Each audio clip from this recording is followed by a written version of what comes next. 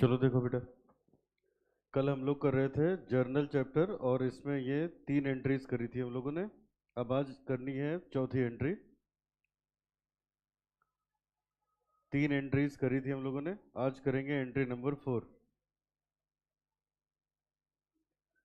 चलो एक बार फटाफट रिवाइज कर लेते हैं जल्दी से, फिर आगे बढ़ते हैं। बताओ जरा, क्या पढ़ा था? डबल एंट्री सिस्टम का क्या मतलब है बेटा? डबल एंट्री सिस्टम कहता है जब भी कोई बिजनेस ट्रांजैक्शन होता है तो क्या होगा, दो अलग अलग अकाउंट में उसका जस्ट ऑपोजिट इफेक्ट आता है। मतलब अगर एक डेबिट होगा तो एक क्या होगा, क्रेडिट होगा। तो जब भी हम लोग अकाउंट्स में एंट्री पास करते हैं तो डबल एंट्री सिस्टम करते हैं। कौन सा बेटा? Double entry system. फिर हम लोगों ने पढ़ा था अकाउंट्स कितने टाइप का होता है। तो क्या क्या पढ़ा था आपने? हमारे पास जो अकाउंट्स होता है वो बेसिकली 2 टाइप का होता है। कौन कौन सा बताओ? पर्सनल और इम्पर्सनल। अच्छा, इम्पर्सनल। अब ये इम्पर्सनल फर्दर कितने टाइप का हो गया? रियल और नॉमिनल। और पर्सनल कितने टाइप का हुआ बेटा? 3 टाइप का। कौन कौन सा बताओ? आर्टिफिशियल और नेचुरल और रिप्रेजेंटेटिव। और रियल फर्दर 2 टाइप का हुआ था। कौन कौन सा? टेंजिबल और इनटेंजिबल। अच्छा, कोई भी प्रॉपर्टी है फर्म की जिसको हम पैसे में मेजर कर सकते हैं तो वो कौन सा अकाउंट होगा? Real account. कौन सा होगा? Real account. एक्सपेंसेस और इनकम नॉमिनल अकाउंट। और किसी अकाउंट को पढ़ने से ही वो ऐसे साउंड करे कि वो किसी का पर्सनल अकाउंट है तो क्या हो गया? पर्सनल। फिर हम लोगों ने गोल्डन रूल्स पढ़े थे। गोल्डन रूल्स पढ़े थे। हमने पढ़ा था बेटा कि पर्सनल अकाउंट का गोल्डन रूल हो गया debit the receiver and credit the giver. Real का हो गया debit what comes in credit what goes out. और नॉमिनल का debit all expenses and losses credit all incomes and gains. और मैंने आपको स्टेप्स बताए थे क्वेश्चन करने के कि जब भी कोई क्वेश्चन करो तो पहले ये देखना है कि उसमें कौन सी 2 चीज़ें इन्वॉल्व हैं। फिर डिसाइड करो कौन सी चीज़ कौन सा अकाउंट है और उसके अकॉर्डिंग डेबिट क्रेडिट का डिसीजन लो। जैसे ये देखिए, लिखा है परचेज फर्नीचर फॉर कैश। अब फटाफट देखिएगा। अब बताओ इसमें क्या क्या हुआ। एक तो फर्नीचर खरीदा गया और दूसरा कैश में खरीदा गया। फटाफट सब बच्चे बताओ, फर्नीचर कौन सा अकाउंट हुआ? रियल। कैश बेटा? कैश भी रियल। अब बताओ रियल का रूल क्या था? Debit what comes in credit what. तो फर्नीचर इन हुआ है तो ये डेबिट हो जाएगा और कैश आउट हुआ है तो क्या हो जाएगा? क्रेडिट हो जाएगा। क्या एंट्री बन गई? Furniture account debit to cash account. फटाफट लिखो, चौथी एंट्री लिखिए। फर्नीचर, क्या डेट है बेटा इसकी? 5 Jain. 5 Jain. Furniture account debit to cash account. कितने का है? 6,000 का। Being furniture purchase for cash. Narration लिखेंगे, being furniture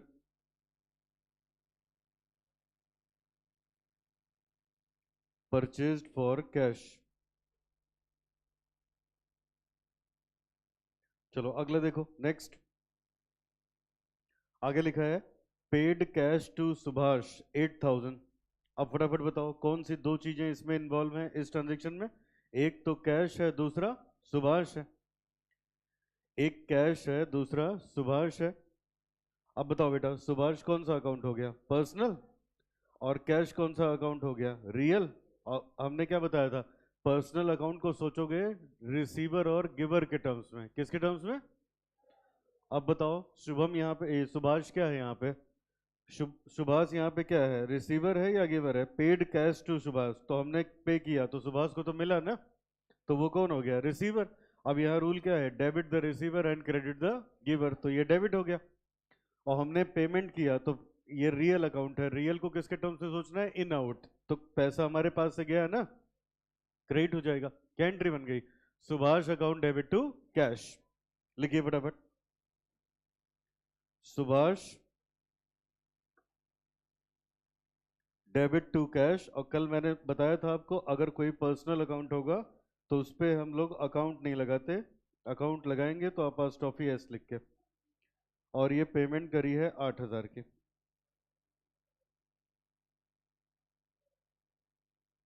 being cash paid to Subhash, being cash paid to Subhash. आगे पढ़ो नेक्स्ट। लिखा है purchased goods from Ravi for cash, purchased goods from Ravi for cash. अब चलो बताओ फटाफट कौन कौन सी दो चीजें इन्वॉल्व है, एक तो गुड्स और एक कैश।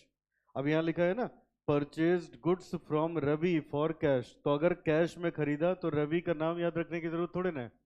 जब क्रेडिट पे खरीदेंगे तो हमें इससे मतलब है, तो हम एक कैश लिखेंगे और एक गुड्स लिखेंगे। अब फटाफट बताओ बेटा गुड्स कौन सा अकाउंट हुआ, जल्दी से बताइए।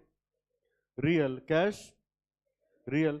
रियल का किस कैसे सोचते हो इसको, debit what comes in, credit what goes out. तो जब खरीदा है तो गुड्स इन हुए, पैसा आउट हुआ, तो ये डेबिट हो गया और ये क्रेडिट हो गया, क्या एंट्री बन गई, goods account debit to cash. और कल बताया था गुड्स के 5 नाम होते हैं, जब गुड्स खरीदते हो तो क्या लिखते हो, बेच दिया तो, जो खरीदा था वापस कर दिया, जो बेचा था वापस आ गया, और जो 31 मार्च को दुकान में बचा है वो स्टॉक। ठीक है, तो ये क्या हो गया, परचेज। तो एंट्री क्या हो जाएगी, purchase account debit to cash, purchase account debit to cash, being goods purchased for cash. और इसका दे रखा है अमाउंट हम लोग का 5000, 5000 में ये परचेज किया गया। डेट क्या है बेटा इसकी, 16th, गलत है, क्या है अमाउंट, 7500। चलो आगे देखो नेक्स्ट, 7500। अच्छा ये ठीक है। देखो बेटा अब हम लोगों ने ये वाला कर लिया और ये कर लिया, अब देखो फिर से लिखा है परचेज्ड गुड्स फ्रॉम रवि। अब यहाँ देखो लिखा था फॉर कैश, तो इसका मतलब कैश में खरीदा, यहाँ नहीं लिखा है तो इसका मतलब ये कैसा है, क्रेडिट पे। और क्रेडिट पे फिर नाम इंपॉर्टेंट हो जाता है। अब इसका मतलब गुड्स खरीदा, आ जाओ बेटा, गुड्स खरीदा और रवि से खरीदा। अब फटाफट बताओ रवि कौन सा अकाउंट है, जल्दी से बताओ चलो। पर्सनल, पर्सनल को किसके टर्म्स में सोचते हो, रिसीवर और गिवर। हमने खरीदा तो रवि गिवर हुआ ना फिर, तो ये हो गया गिवर। तो यहाँ पे गिवर को क्रेडिट किया जाता है और कैश तो गुड्स तो डेबिट होगा ही होगा। तो अब की बार एंट्री क्या हो गई, purchase account debit to Ravi, purchase account debit to Ravi. वो डेट बताओ बेटा, 17th। अब पैसे बताओ, 5000, बीइंग गुड्स परचेज्ड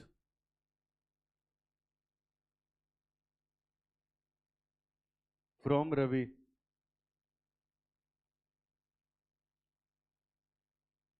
बीइंग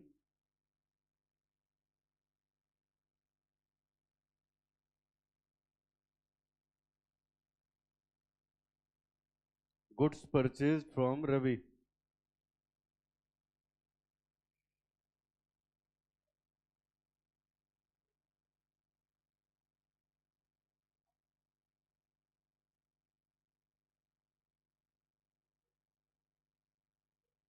चलो आगे देखो नेक्स्ट। अब लिखा है बॉट मशीन फॉर कैश। अब बताओ फटाफट कौन कौन सी दो चीजें इन्वॉल्व है इसमें, एक मशीन और दूसरा कैश। बाई चांस बेटा दोनों ही क्या है, रियल अकाउंट, और रियल का रूल क्या है, debit what comes in, credit what goes out. तो मशीन इन है, कैश आउट है, तो हम लोग मशीन को डेबिट करेंगे, कैश को क्रेडिट कर देंगे। एंट्री हो गई machine account debit to cash, machine account debit to cash. और ये है 8000 की 20th जनवरी, 20th जनवरी 8000, being machine purchased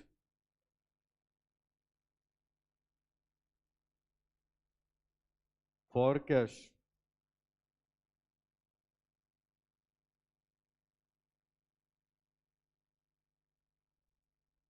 चलो आगे, पेड रेंट। पेड रेंट बेटा आप देखो ध्यान से, ये पहला है नॉमिनल अकाउंट वाला, लिखा है पेड रेंट। तो अब इसमें देखते हैं कौन सी दो चीजें इन्वॉल्व हैं। एक तो रेंट, पेड लिखा है तो ऑफ कोर्स कैश या चेक से कैसे भी दिया होगा तो कैश हो गया। अब बताओ, रेंट, रेंट एक्सपेंस है, नॉमिनल अकाउंट हुआ ना, नॉमिनल अकाउंट है तो ये बिजनेस का एक्सपेंस हुआ। और नॉमिनल अकाउंट का रूल क्या था, debit all expenses and losses and credit all incomes and gains, तो ये डेबिट हो जाएगा। और पेड, कैश रियल अकाउंट है तो कैश आउट है तो इसका मतलब ये क्या हो जाएगा, क्रेडिट हो जाएगा। तो यहाँ पे एंट्री क्या बन गई, rent account debit to cash. Rent account debit to cash 27,400, 27th को 400 का rent account debit to cash, being rent paid.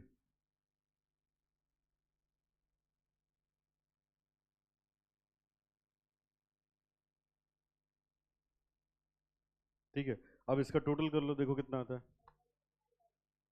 1,16,900,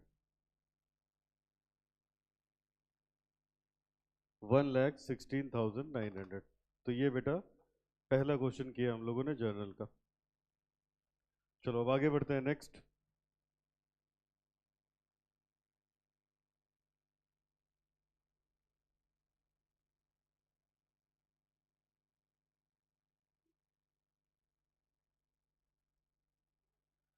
चलो अब हम लोग करेंगे question number 2।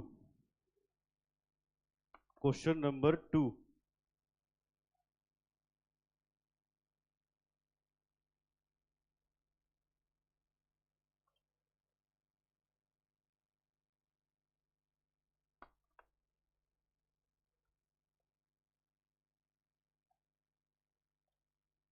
Question number 2।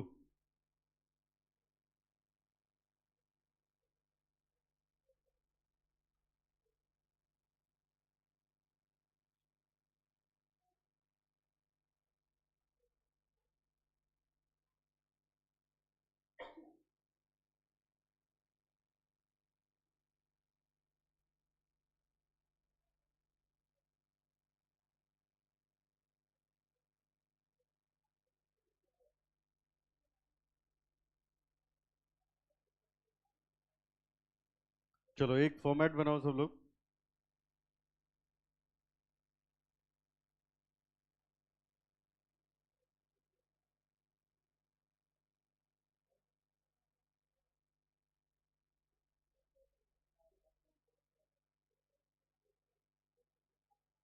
Date, particulars, ledger folio, debit and credit.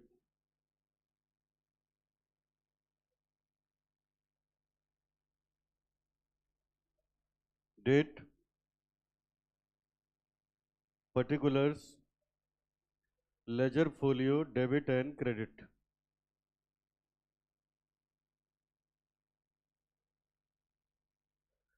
यहां लिखा है enter the following transaction in the journal of Yashraj and sons. तो ये हो गया यशराज एंड सन्स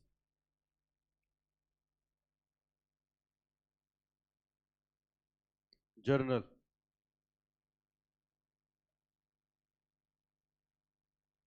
चलो अब एक एक पढ़ते हैं बेटा, लिखते जाते हैं, और अगर कोई खुद से करना चाहता है तो आगे बढ़ो, जिसको मेरे साथ साथ करना है। देखो देखो सबसे पहले लिखा है 7th अप्रैल को सोल्ड गुड्स फॉर कैश। तो यहां हमने लिखा 7th अप्रैल,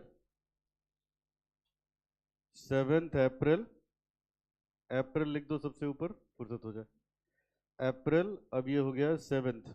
चलो अब बताओ, गुड्स बेचा है कैश में, तो एक कैश इसमें इन्वॉल्व है और क्या इन्वॉल्व है, गुड्स। अच्छा अब बताओ, कैश और गुड्स बेटा दोनों ही रियल अकाउंट हो गए। जब सेल किए हो तो कैश इन हुआ, गुड्स क्या हो गए, आउट हो गए।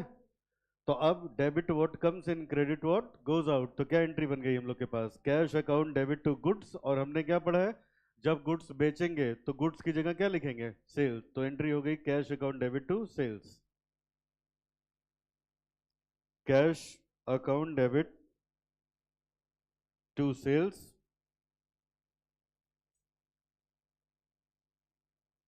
13,000 being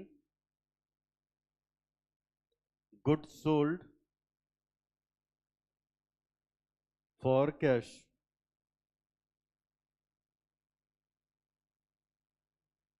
being goods sold for cash।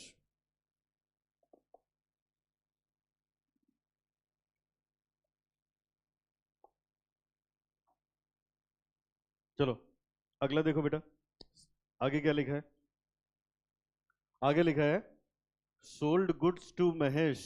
अब बताओ ये कैश में बिका है या क्रेडिट पे, क्रेडिट पे। तो अब इसमें दो चीजें इन्वॉल्व हुई, कौन कौन सी, एक तो गुड्स और दूसरा महेश। तो अब जैसे बेटा हम लोग करते हैं, ये महेश, महेश हो गया पर्सनल अकाउंट, गुड्स हो गया रियल अकाउंट। पर्सनल को आप सोचते हो रिसीवर और गिवर के टर्म्स में, तो हमने गुड्स को महेश को बेचा तो महेश हो गया रिसीवर, और रूल है debit the receiver and credit the giver, तो महेश क्या हो जाएगा, डेबिट हो जाएगा। और गुड्स हमने बेचा तो गुड्स रियल अकाउंट है हमारे पास से आउट हुआ, तो ये क्या हो जाएगा, क्रेडिट हो जाएगा। तो एंट्री हो जाएगी महेश डेबिट टू गुड्स, और जब गुड्स बेचते हैं तो गुड्स की जगह लिखते हैं सेल्स, तो एंट्री हो गई Mahesh debit to sales, Mahesh debit to sales.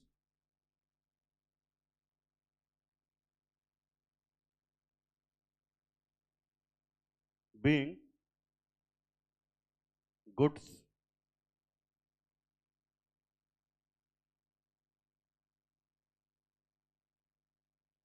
Sold to Mahesh 9th April 15,000,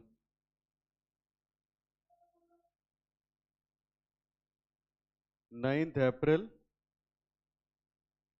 15,000।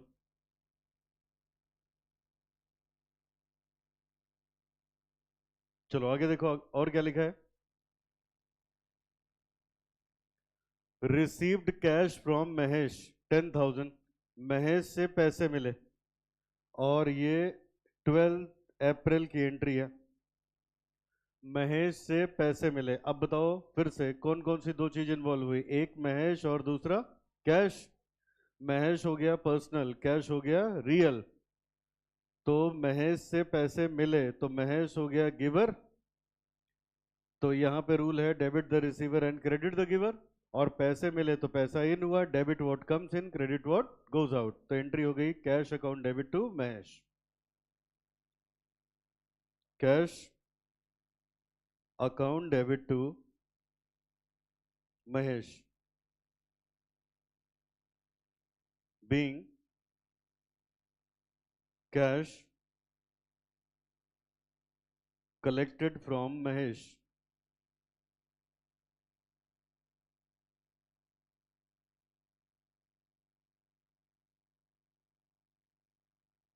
being cash collected from Mahesh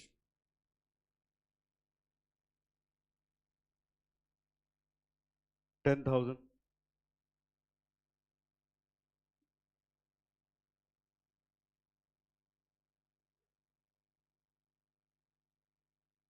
चलो अगला पॉइंट,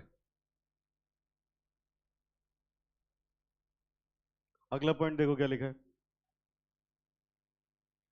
आगे है sold goods to Suresh for cash. अब बताओ इसमें कैश में बेचा है, तो सुरेश के नाम से कोई मतलब है हम लोग को, हम लोग क्या लेंगे, गुड्स बिका है वो भी किस में, कैश में, तो ये एंट्री अभी कर चुके हो पिछले वाले क्वेश्चन में, क्या एंट्री होगी, cash account debit to sales 12,600, cash account debit to sales 12,600, date है इसकी 18th, being good sold for cash.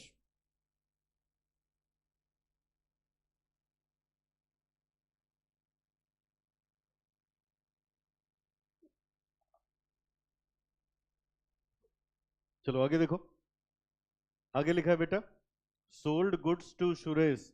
बिल्कुल पिछले क्वेश्चन जैसा है ना, जैसे रवि वाला एक ट्रांजैक्शन था। अब बताओ ये क्या है, कैश में है कि क्रेडिट में है? क्या एंट्री होगी इसकी? सुरेश डेबिट टू सेल्स, पिछले में किया था ना अभी, तो इसकी एंट्री हो गई Suresh debit to sales.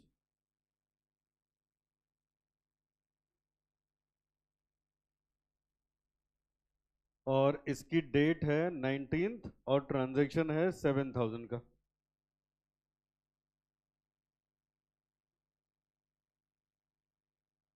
Being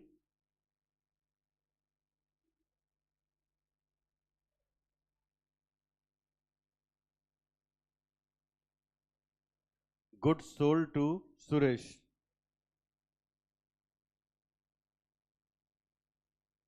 आगे पढ़ो।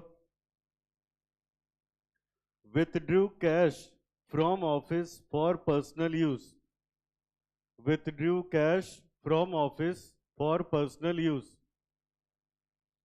ठीक है, अब जरा इस एंट्री को देखो बेटा।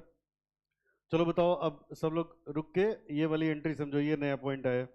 withdrew cash from office for personal use. अब फटाफट बताओ, ये जो जर्नल बन रहा है ये किसका बन रहा है, प्रोपराइटर का या बिजनेस का? बिजनेस का। तो अब यहाँ पे क्या हुआ, कह रहा है बिजनेस से कैश विड्रॉ कर लिया किसने, प्रोपराइटर ने। प्रोपराइटर ने विड्रॉ कर लिया। अब बताओ इस ट्रांजैक्शन में कौन दो लोग इन्वॉल्व हैं, एक कैश और दूसरा प्रोपराइटर? बोलो सब लोग, बताओ कैश कौन सा अकाउंट हुआ, रियल। प्रोपराइटर इसका कौन सा अकाउंट हुआ, पर्सनल। पर्सनल हुआ ना। अच्छा अब बताओ, बिजनेस को कैश मिला या बिजनेस के पास से कैश गया?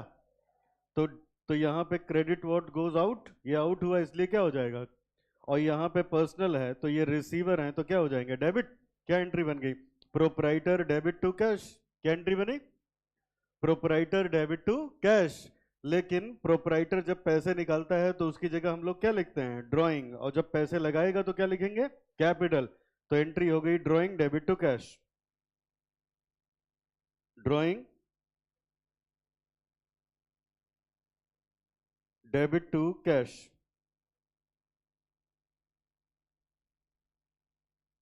24th।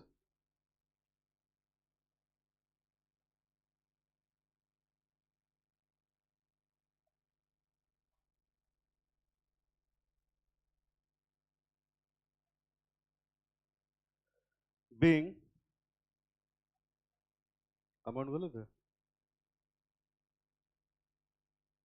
नहीं वही तो है बेटा, 7,000।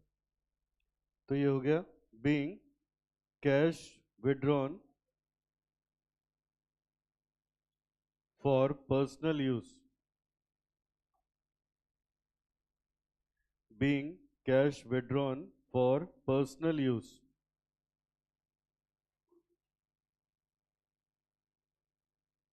चलो आगे देखो, अब लिखा है पेड वेजेस। पेड वेजेस, बताओ इसमें कौन कौन सी दो चीज इन्वॉल्व है पेड वेजेस में, एक वेजेस और दूसरा कैश। वेजेस कौन सा अकाउंट हुआ, नॉमिनल। नॉमिनल का क्या रूल है, debit all expenses and losses. तो वेजेस क्या हो जाएगी, डेबिट। कैश कौन सा अकाउंट हुआ, रियल। तो रियल में कैश क्या हो जाएगा, क्रेडिट। तो एंट्री हो गई wages debit to cash. Wages account debit to cash being wages paid, being wages paid। ये दिया है 2529 को।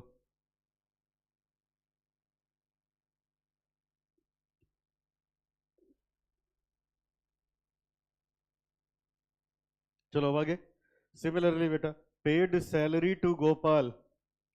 पेड सैलरी टू गोपाल, कल आप लोग को एक ये वाली बात समझाई थी, जब वेजेस या सैलरी दी जाती है तो एम्प्लॉय का नाम नहीं लिखा जाता। कल मैंने कैसे समझाया था, स्टेट बैंक ऑफ इंडिया की 25,000 ब्रांच है, एक ब्रांच में 10 आदमी है तो 2.5 लाख आदमी काम कर रहे हैं, सबका नाम लिखने लगेंगे तब तो हो चुकी है अकाउंटिंग।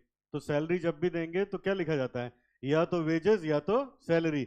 तो अगर वेजेस पे करने की एंट्री हो गई वेजेस टू कैश, तो सैलरी की क्या हो गए, सैलरी टू कैश, 1,200 रुपए। Salary account debit to cash, और ये है बेटा 1,200 रुपए का 30th April. being salary paid being salary paid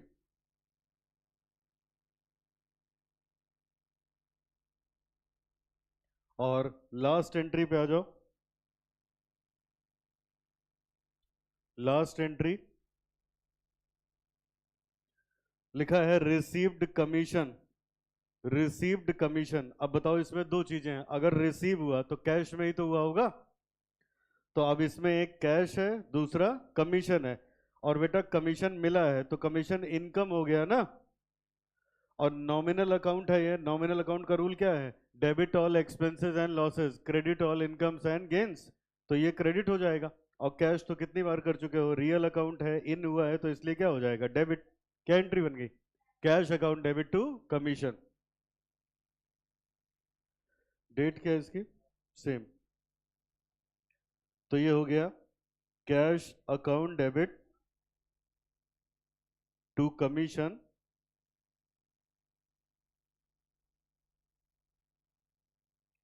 cash account debit to commission 200 rupees. Being commission received, being commission received।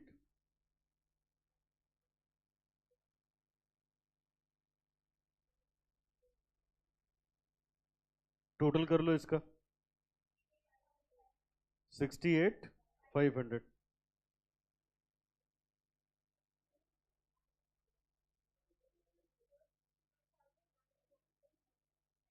61,950।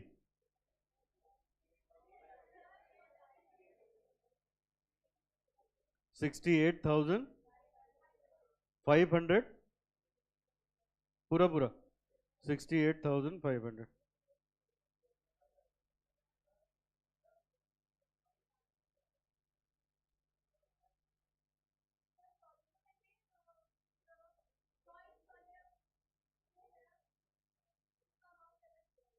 हाँ तो वहीं से देख देख के बता रहे हो तुम लोग, जो ऐसे किया है वो टोटल करो ना, सोल्यूशन तो रेफरेंस के लिए दिया हुआ है। हाँ हाँ तो ठीक है, बस जो सवाल है वही तो इसका आंसर है ना, पता नहीं उसने टाइपिंग कहाँ गड़बड़ करी है, सोल्यूशन में कि आंसर क्वेश्चन में।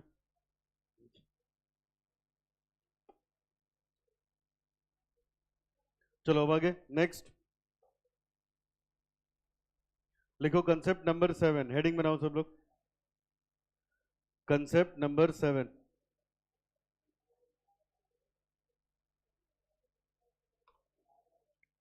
Concept number 7,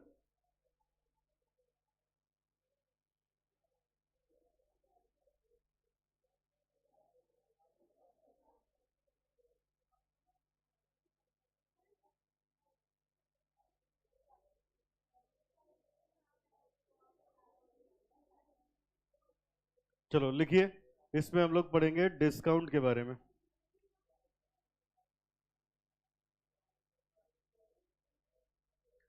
concept number 7, discount. Concept number 7, discount.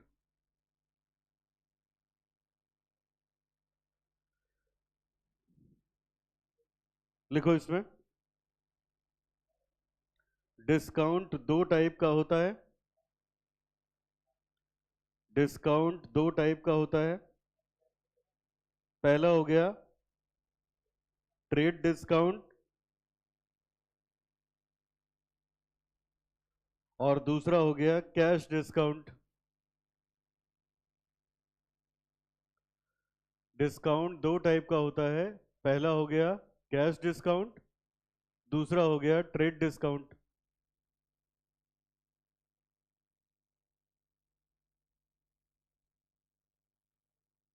चलो इसमें सबसे पहली हेडिंग लिखो, ट्रेड डिस्काउंट। ट्रेड डिस्काउंट पहली heading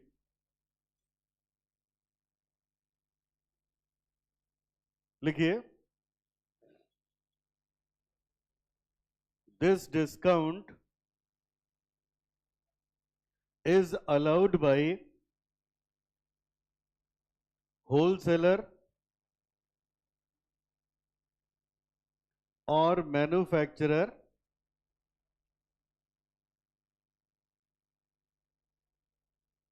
to the retailer.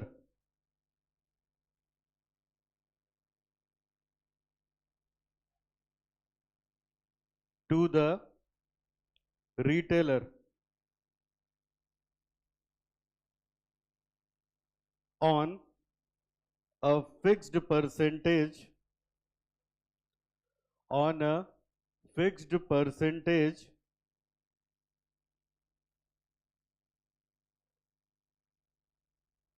on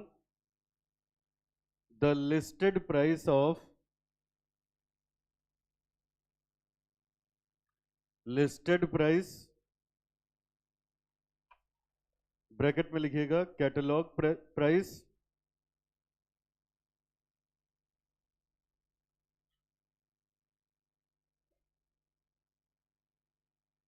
of goods.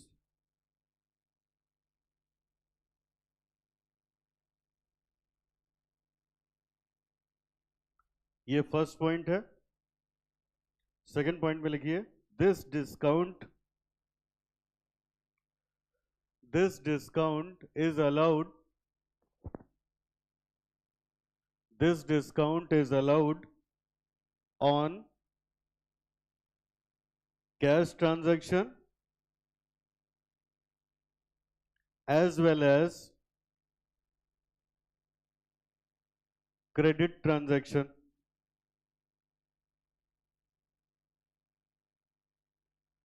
as well as credit transaction।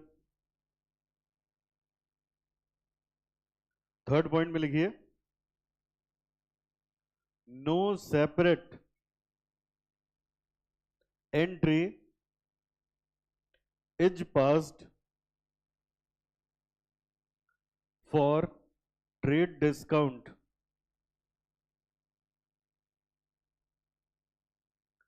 No separate entry is passed for trade discount।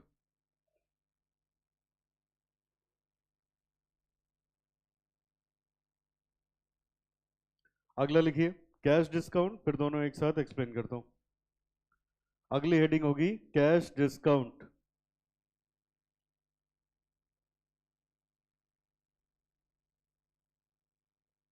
अगली heading है cash discount, लिखिए जरा,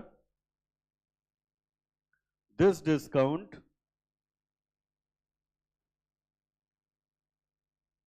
is allowed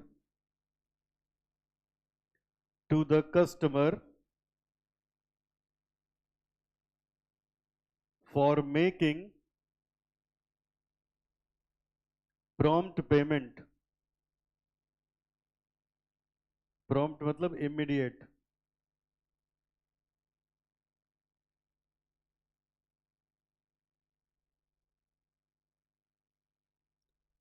prompt payment या immediate payment।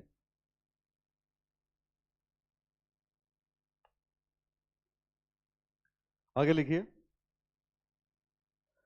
this discount is not offered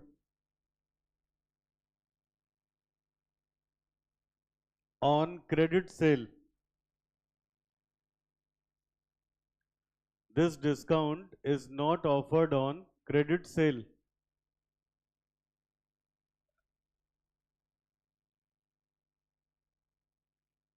आगे लिखिए, this discount is recorded separately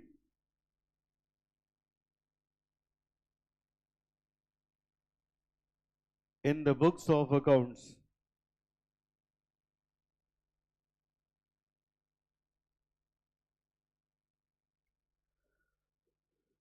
In the books of accounts.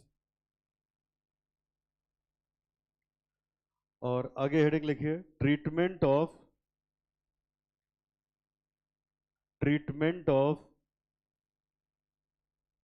Trade discount and cash discount treatment of trade discount and cash discount is done in following manner.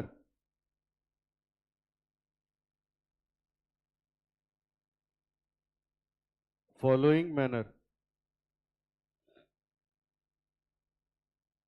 सबसे पहले list price होगा या sale price, इसी को बोलते हैं catalogue price.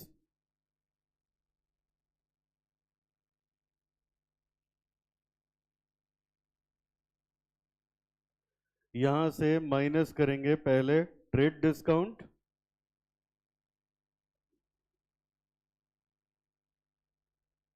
पहले minus होगा ट्रेड डिस्काउंट, जो आंसर आएगा यहां से ट्रीटमेंट होगी कैश डिस्काउंट की।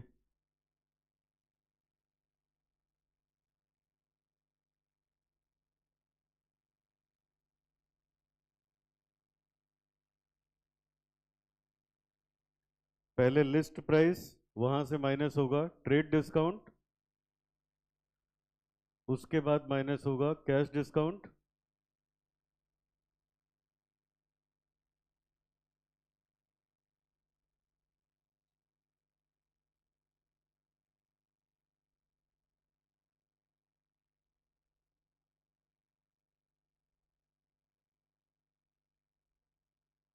चलो एक चीज और लिखो बेटा,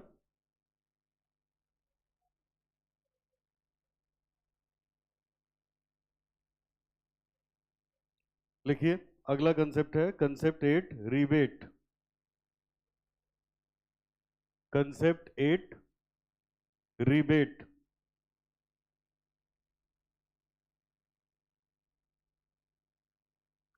कंसेप्ट 8 इसका नाम है रिबेट, लिखिए जरा।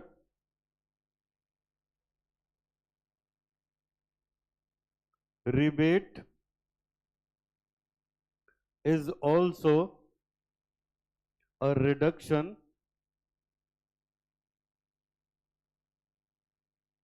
in the value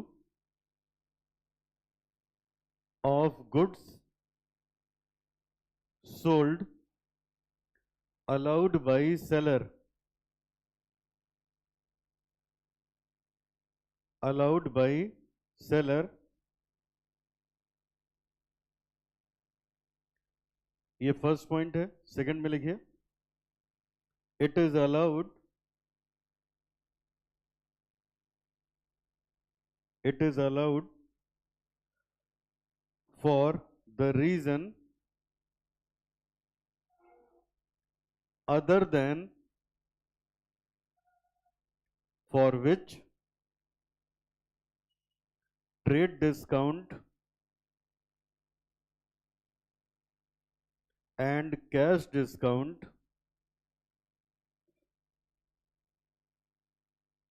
is allowed।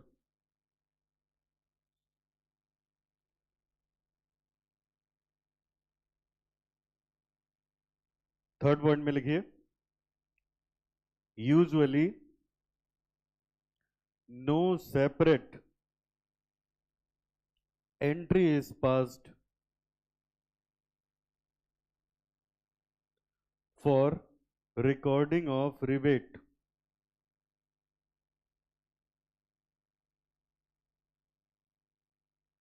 Usually no separate entry is passed for recording of rebate like trade discount, like trade discount.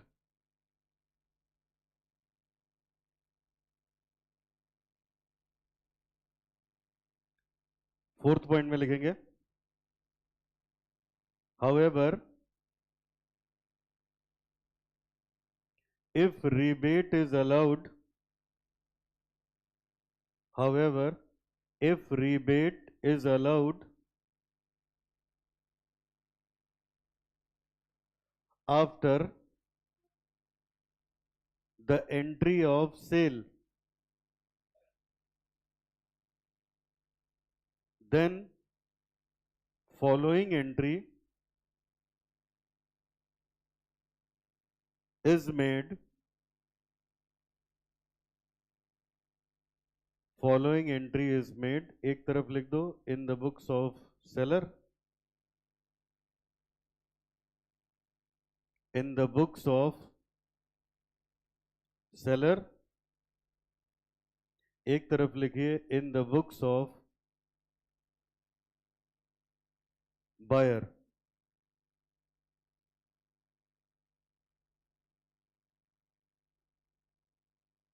यहां पे एंट्री होगी rebate allowed account debit to purchaser, और यहां एंट्री होगी बेटा seller account debit to rebate received.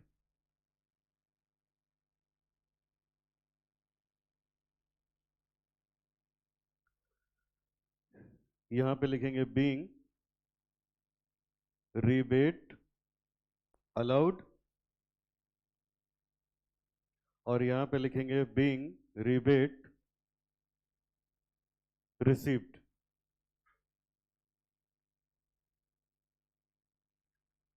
being rebate allowed, being rebate received.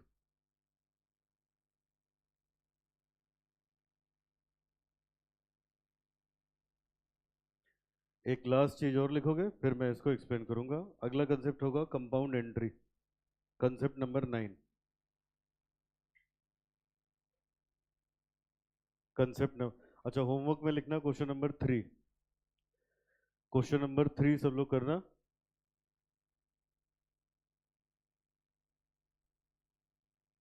Concept 9 इसका नाम है compound journal entry.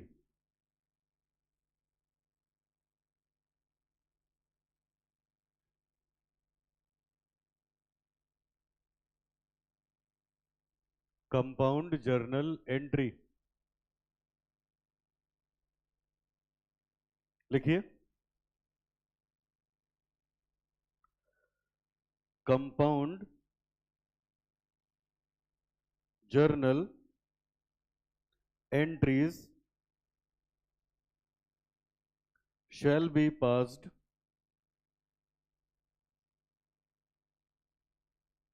in either of following 3 ways.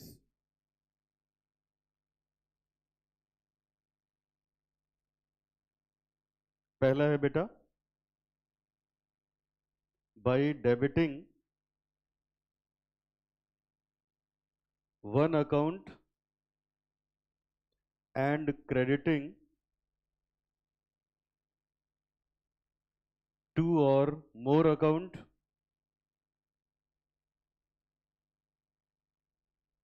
दूसरा है by crediting one account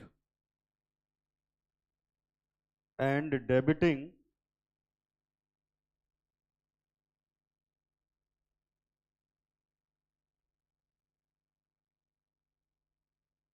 two or more account. और तीसरा है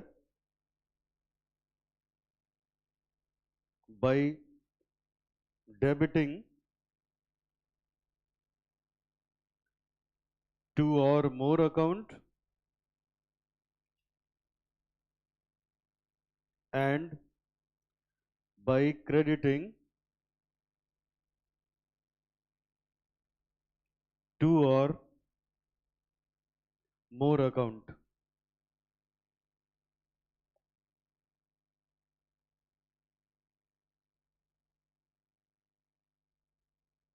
ब्रैकेट में ये लिख दो, सच एज ओपनिंग एंट्री। अभी आगे पढ़ेंगे ओपनिंग एंट्री क्या होती है। सच एज ओपनिंग एंट्री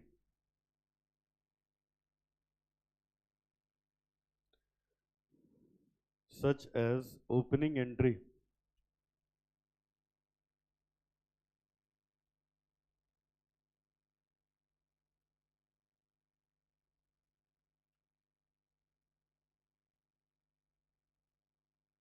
चलो लिख लिया। अब देखो बेटा, ये मैं एक्सप्लेन कर रहा हूं, अब ध्यान से एक एक पॉइंट सुनो, फिर इस पे हम लोग प्रैक्टिकल क्वेश्चन करेंगे। क्वेश्चन नंबर 3 लिख लीजिए होमवर्क में। जितने सिमिलर क्वेश्चन है वो मैं होमवर्क में दूंगा, सोल्यूशन देख देख के मत करना, तुम लोग उल्टा लगाते हो उसमें देख देख के। पहले लगा लो फिर करो, एग्जाम में देख के थोड़ी ना करोगे। तो एक अभी मैंने होमवर्क दिया है क्वेश्चन 3, अभी और जितने मैं आज की क्लास में कराऊंगा उनसे सिमिलर क्वेश्चन मैं दूंगा। एक 3 आपको दिया है, 4 अभी हम कराएंगे, 5 होमवर्क होगा,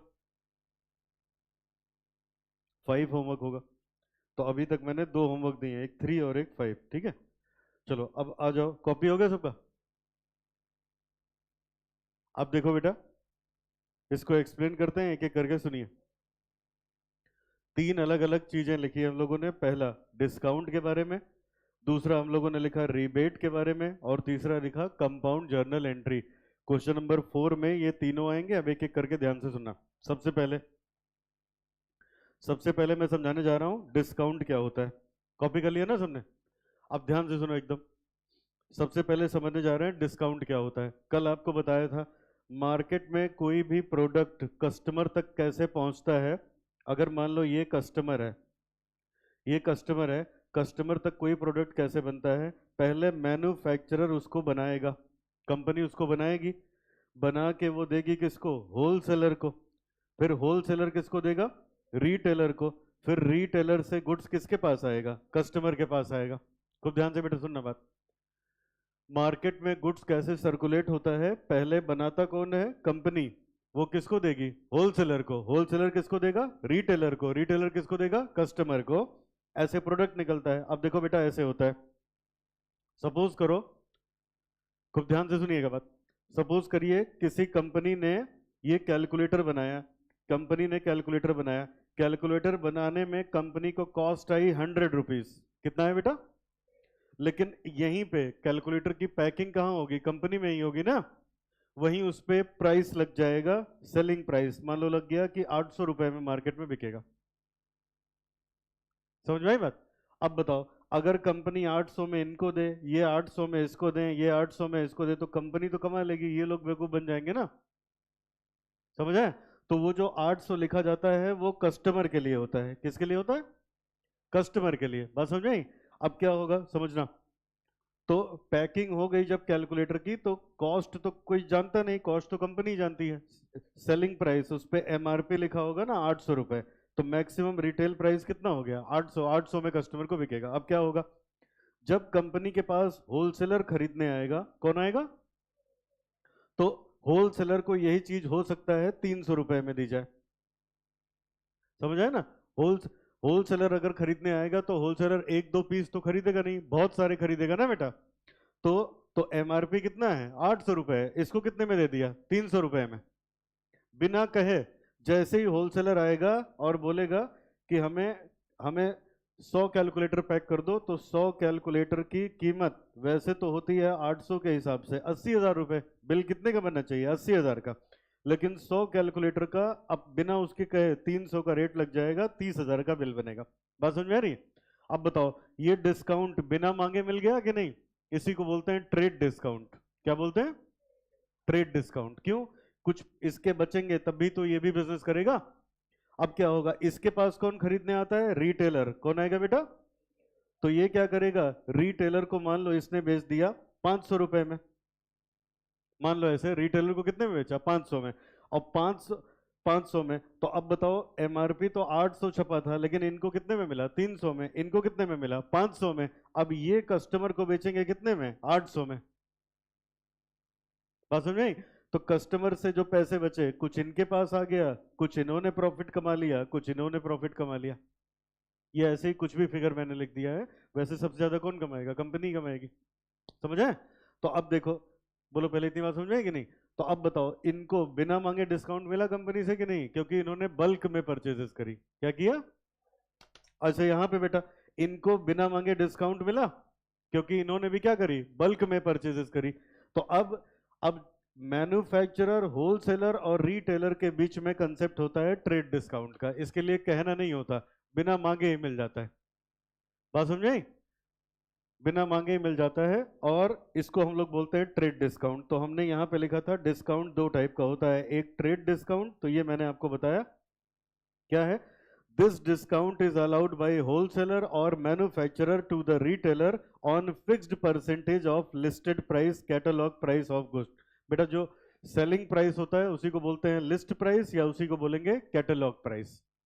अच्छा आगे, एक एक तो ये बात हो गई। अब बताओ पहले, ट्रेड डिस्काउंट का मतलब सबको समझ में आया कि नहीं आया? अब बताओ फिर से एक बार, ट्रेड डिस्काउंट मांग के मिलता है या बिना मांगे मिल जाता है? बिना मांगे मिल जाता है। तो बेटा बिना मांगे मिल जाता है, तो असल में है ये 800 का, इसको 300 में मिल गया, तो ये अपनी एंट्री 300 पे बनाता है। कितने पे? ये नहीं लिखेगा कि हमको इस पे 500 का डिस्काउंट मिल गया। समझ आया? तो इनडायरेक्टली मैं ये कहना चाहता हूं, ट्रेड डिस्काउंट की कहीं भी कोई एंट्री नहीं होती है।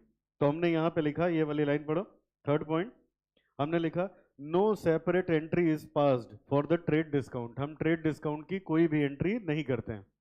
समझ आए? अब बताओ फिर से, ट्रेड डिस्काउंट किसके किसके बीच में होता है? मैन्युफैक्चरर, होलसेलर और रिटेलर, और इसकी कोई भी एंट्री पास नहीं होती सेपरेटली। ठीक है, आगे बेटा। और ये कैश और क्रेडिट दोनों ट्रांजैक्शन पे मिलता है। किस पे किस पे? चाहे देखो यहाँ पे, चाहे चाहे होलसेलर पूरा पैसा नगद देगा तो भी 300 का पड़ेगा, और चाहे चाहे बेच के 15 दिन बाद देगा तो भी वो 300 का पड़ेगा। समझ आया ना? इससे फर्क नहीं पड़ता कि वो ट्रेड डिस्काउंट है या मतलब कैश का ट्रांजैक्शन है या क्रेडिट का ट्रांजैक्शन है। अब बताओ फटाफट सब लोग, ट्रेड डिस्काउंट समझ में आ गया कि नहीं? अब मेन पार्ट ये है कि इसकी बुक्स ऑफ अकाउंट्स में कोई भी एंट्री नहीं होती है। आगे बढ़े। अब अगला सुनो, दूसरा डिस्काउंट है कैश डिस्काउंट। कौन सा बेटा? ये दिया जाता है प्रॉम्प्ट पेमेंट के लिए। किसके लिए? प्रॉम्प्ट पेमेंट का मतलब क्या हुआ? बताओ, बिजनेस में सबके पैसे फंसते हैं कि नहीं फंसते? ठीक है, तो अब हर कोई चाहता है उसके पैसे इमीडिएटली मिल जाएं। जैसे ये देखो, यहीं पे मान लो मैन्युफैक्चरर के पास होलसेलर आया, अब उसने 100 कैलकुलेटर खरीदे, तो वो कहेगा है तो 800 का, बिल बनना चाहिए 80,000 का, लेकिन हम बिल बना रहे हैं 30,000 का, और अगर अभी पैसे दो तो 2,000 और छोड़ देंगे, 28,000 में पड़ जाएगा। अगर अभी पैसे दो तब। समझ आई बात? तो इमीडिएट पेमेंट करेगा तो 2,000 का डिस्काउंट मिलेगा, नहीं करेगा नहीं मिलेगा। इसको बोलते हैं कैश डिस्काउंट। तो कैश डिस्काउंट क्यों मिलता है? प्रॉम्प्ट पेमेंट के लिए। किसके लिए बेटा? समझ आया ना? तो क्या होता है, अब कैश डिस्काउंट या तो ये इसको ऑफर करेंगे या ये मांगेगा, ये कहेगा कि हम तुरंत पैसा दे रहे हैं, कुछ छोड़ो इसमें से, तो इसकी अलग से एंट्री होती है। तो ये देखो हमने क्या लिखा है यहाँ पे, this discount is allowed to customer for making immediate payment या prompt payment. This discount is not offered on credit sale. जब उधार पे माल बिकेगा तब थोड़े ना कैश डिस्काउंट मिलेगा, जब पैसे दोगे तब मिलेगा ना। और this discount is recorded separately in the books of accounts. हम बुक्स ऑफ अकाउंट्स में इस डिस्काउंट को सेपरेटली रिकॉर्ड करते हैं, जबकि ट्रेड डिस्काउंट को रिकॉर्ड नहीं करते हैं। बताओ सबको ये बात समझ में आई कि नहीं आई? ठीक है, अब बताओ ट्रेड डिस्काउंट किस पे मिलता है? कैश सेल पे या क्रेडिट सेल पे? कैश पे या क्रेडिट पे या दोनों पे? और कैश डिस्काउंट किस पे मिलेगा? हाँ, कैश सेल पे या कैश पेमेंट पे। पुरानी कोई सेल है, कोई पेमेंट करने आया तो उसको कैश डिस्काउंट मिल जाएगा। अच्छा, अब ये बात हुई। अब हम लोग के पास जब क्वेश्चन आते हैं बेटा, तो कभी कभी ये दोनों दिए होते हैं, कभी कभी दोनों दिए होता है, तो हमें समझ नहीं आता हम कैसे ट्रीटमेंट करेंगे। तो हम पहली ट्रीटमेंट करेंगे ट्रेड डिस्काउंट की, दूसरी ट्रीटमेंट करेंगे कैश डिस्काउंट की। समझे? जैसे मान लो कोई प्रोडक्ट 500 का है, कोई प्रोडक्ट 500 का है, हमने बल्क में खरीदा होगा तो 100 रुपए उसने ऐसे ही छोड़ दिए होंगे, कितने का पड़ा होगा? 600 का। ये 100 छोड़ दिए तो 400 का हो गया। अब अगर हम इमीडिएट पेमेंट करेंगे तो कुछ पैसे छुड़वाएंगे ना, हम कह देंगे इमीडिएट हम पैसे दे रहे हैं, तो कह रहे हैं चलो 50 रुपीज और मत देना, 350 में तुम्हें पड़ जाएगा। समझ आया? तो जब भी दोनों डिस्काउंट एक साथ दिए हो तो पहली पेमेंट, पहली ट्रीटमेंट हम लोग किसकी करेंगे? ट्रेड डिस्काउंट की, और दूसरा होगा कैश डिस्काउंट का। अब बोलो डिस्काउंट समझ में आ गया? अच्छा, अब इसको समझ भी लेते हैं, जरा बताओ डिस्काउंट कौन सा अकाउंट हुआ बेटा? डिस्काउंट देखो या तो इनकम होगा या तो एक्सपेंस होगा। भाई या तो हम किसी को डिस्काउंट देंगे तो हमारा खर्चा है, और हमें मिलेगा तो क्या हो गया? इनकम हो गया। दोनों ही परिस्थिति में क्या बना? Nominal account. क्या रूल पढ़ा था नॉमिनल में? Debit all. तो जब जब एक्सपेंस होगा, एक्सपेंस कब होगा? जब हम डिस्काउंट अलाउ करेंगे। और इनकम कब होगा? जब हमें डिस्काउंट रिसीव होगा। तो रिसीव होगा तो क्रेडिट करेंगे, और अलाउ होगा तो क्या करोगे? डेबिट कर दोगे। समझ में है? तो ये तो इसकी एंट्री ऐसे हो जाएगी। अब अभी आगे पढ़ेंगे बेटा। अभी अगली चीज आई रिबेट। क्या पॉइंट है बेटा अगला? रिबेट। रिबेट आप लोग दो तरीके से पढ़ते हो, सब लोग सामने देखो स्क्रीन पे। रिबेट आप लोग दो चैप्टर में पढ़ोगे, एक तो यहां पढ़ रहे हो, एक पढ़ोगे बिल्स ऑफ एक्सचेंज वाले चैप्टर में। किसमें बेटा? इस रिबेट का उस रिबेट से कोई लेना देना नहीं है, समझ रहे ना? तो अगर किसी ने पहले पढ़ा है, उस रिबेट को जानते हो, तो उसको इसमें मत कनेक्ट करना। वो अलग चीज है, ये अलग चीज है। अब फिर से मैं बता रहा हूं, देखो रिबेट होता क्या है? Rebate is also kind of discount. Rebate भी क्या होता है? एक तरीके का डिस्काउंट होता है। ये भी बिना मांगे, ये भी क्या है? बिना मांगे मैन्युफैक्चरर या होलसेलर दे देते हैं किसको? रिटेलर को। तो ट्रेड डिस्काउंट भी तो बिना मांगे मिला था, तो उसकी हमने एंट्री नहीं करी थी, तो ये भी बिना मांगे मिला, तो क्या करेंगे? इसकी भी हम लोग किसी प्रकार की कोई एंट्री नहीं करेंगे। बोलो ये बात समझ में आई? अच्छा, अब अगली बात आती है, ये दिया क्यों जाता है? तो बेटा ये दिया जाता है, जैसे बताओ ट्रेड डिस्काउंट क्यों दिया था? बल्क परचेजेस के लिए। कैश डिस्काउंट क्यों दिया था? प्रॉम्प्ट पेमेंट के लिए। तो इसका न रीजन होता है बल्क परचेज, न इसका रीजन होता है कैश, इमीडिएट कैश। इसका उन दोनों के अलावा ही कोई रीजन होता है। उन दोनों के अलावा मतलब मान लो गुड्स ही डिफेक्टिव है, समझ है? तो सबको कम दाम पे मिलेगा। आई बात समझ में? बिना मांगे सेल नहीं लगाती कंपनी। कौन सा कस्टमर कंपनी से कहने जाता है तो उसी को क्या बोलते हैं? रिबेट बोलते हैं। तो उसकी भी कभी भी कोई एंट्री नहीं पास होती। बोलो बात समझ आ रही है? लेकिन कभी कभी क्वेश्चन में ऐसे हो जाएगा, देखो कि लिखा होगा सेल करने के बाद रिबेट ऑफर हुआ। किसके बाद बेटा? सेल की एंट्री करने के बाद रिबेट ऑफर हुआ। सपोज करो मैंने आपको ये ऐसे 200 कैलकुलेटर बेचे, अब इसमें कुछ डिफेक्ट था, तो पहले मैंने सेल की एंट्री डाल दी, बेचा तो मैं जितने रेगुलर प्राइस पे बेचता हूँ उसी पे। फिर आपने मुझसे बात किया कि ये थोड़ा बहुत डिफेक्टिव है इस पे, तो फिर कहा मैंने हाँ सबको रिबेट मिलती है, मुझे पता नहीं था, चलो आपको भी रिबेट ग्रांट करेंगे। लेकिन अब सेल की तो एंट्री हो गई है, और अकाउंट में ना हम लोग कोई चीज काटते हैं ना मिटाते हैं। एक एंट्री का को ठीक करने के लिए क्या होता है? अगली एंट्री डाली जाती है। समझ आया ना? तभी तो रेक्टिफिकेशन वाला चैप्टर पढ़ते हो, नहीं तो उसकी जरूरत क्या थी? जो गलत था काट के सही कर लेते। बात समझ में आई? तो अब क्या होगा? तब इसकी अलग से एंट्री लिखनी पड़ती है। सबको समझ आया? अब फिर से बताओ, रिबेट क्या क्या बल्क परचेजेस के लिए मिलती है? बोलो सब लोग। क्या प्रॉम्प्ट पेमेंट के लिए मिलती है? नहीं, इसके कुछ अलग ही रीजन होते हैं ना। कंपनी ने कोई ऑफर निकाल दिया, कंपनी की एनिवर्सरी मान लो चल रही है, वहां पे कुछ है, उसका ऑफर निकाल दिया, गुड्स डिफेक्टिव हैं, इन सब वजह से कंपनी अगर छूट देती है तो उसको क्या बोलते हैं? रिबेट। इसकी भी हम लोग अपनी बुक्स ऑफ अकाउंट्स में कोई एंट्री नहीं करते हैं। बोलो यहां तक ठीक है? कब एंट्री करोगे? जब सेल की एंट्री हो गई और रिबेट बाद में एडजस्ट हुई। समझ है? सेल की एंट्री हो गई, रिबेट बाद में एडजस्ट हुई, तब हम लोग बेटा इसकी एंट्री पास करते हैं। और एंट्री क्या होगी? वही डिस्काउंट वाली। बताओ डिस्काउंट अलाउड क्या होता है? बोलो सब लोग, डिस्काउंट अलाउड क्या होता है? और रिसीव। तो यहां भी वही है, रिबेट जो देगा वो डेबिट करेगा, और रिबेट जिसको मिली वो क्या करेगा? क्रेडिट करेगा। समझ है? रिबेट कौन अलाउ करेगा? सेलर। और रिबेट किसको मिलेगी? बायर को या परचेजर को। तो अगर हमने रिबेट दी तो एंट्री हो जाती है, अगर हमने रिबेट दिया बेटा तो एंट्री हो जाएगी rebate allowed account debit to purchaser. और यहाँ पे एंट्री हो जाएगी seller debit to rebate received. इसको याद मत करो, बस इतना समझ लो, रिबेट अगर अलाउ करी तो डेबिट होगा और मिल गई तो क्रेडिट होगा। अभी आगे क्वेश्चन में आएगा, वहां से सीख जाएंगे। चलो अब सब बच्चे बताओ, ट्रेड डिस्काउंट, कैश डिस्काउंट और रिबेट, तीनों बातें समझ में आ गई कि नहीं? चलो अब अगली बात बेटा, अगली है कंपाउंड जर्नल एंट्री। क्या चीज है?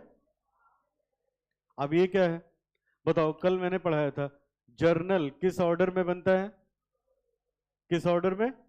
क्रोनोलॉजिकल का मतलब डेट वाइज। अब बताओ एक ही डेट पे बेटा अगर बहुत सारी एंट्री हुई एक जैसी, एक ही डेट पे बहुत सारी एंट्री हुई एक जैसी, तो सबको एक ही में मिला के भी तो लिखा जा सकता है ना। जैसे अभी पिछले क्वेश्चन में किया था आप लोगों ने, मान लो एक ही डेट पे वेजेस दिया तो एंट्री बनी wages debit to cash. Salary दिया तो क्या एंट्री बन गई? Salary debit to cash. Rent दे दिया तो एंट्री हो गई rent account debit to cash. तो सब में कैश क्रेडिट है, तो ऐसे ना करें, एक ही बार कैश जोड़ के लिख दें और यहां लिख दें वेजेस डेबिट, सैलरी डेबिट और रेंट डेबिट टू कैश, लिख दिया। तो ये इसी एंट्री को क्या बोलोगे? Compound journal entry. क्या बोलोगे? क्या होती है कंपाउंड जर्नल एंट्री? जब एक से ज्यादा आइटम डेबिट हो या एक से ज्यादा आइटम क्रेडिट हो या एक से ज्यादा डेबिट और एक से ज्यादा क्रेडिट हो, तो उसको बोलते हैं कंपाउंड जर्नल एंट्री।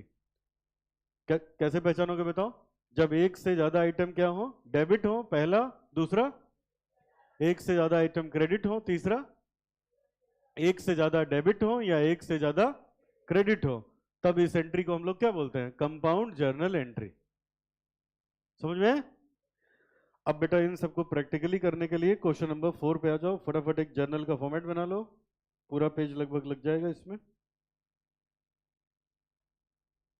चलो क्वेश्चन नंबर 4 करना है हम लोग को, फॉर्मेट बनाइए फिर शुरू करें।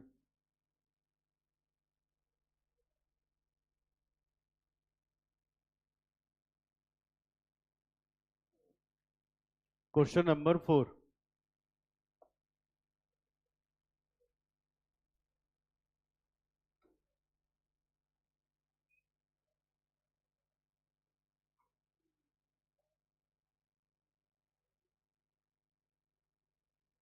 Date,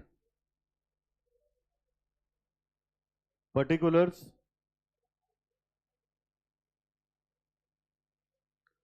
laser folio, debit and credit.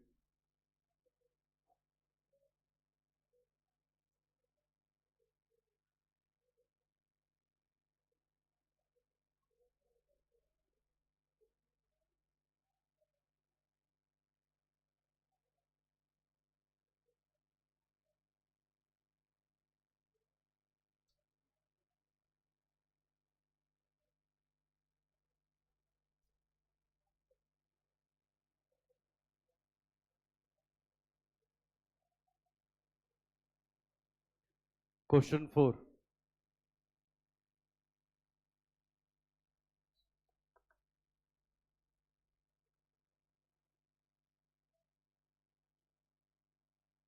चलो ट्रांजैक्शन पढ़ते हैं। और सब कुछ ये जून का है तो ऊपर ही मैं लिख दे रहा हूं जून, नीचे खाली डेट रह जाएगा लिखने को। चलो अब एक एक चीज बेटा पढ़ते हैं, उसकी एंट्री बनाते हैं, लिखना शुरू करते हैं। देखो सबसे पहले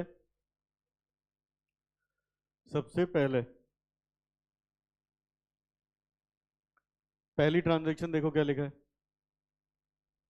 फर्स्ट ट्रांजैक्शन इसमें लिखा है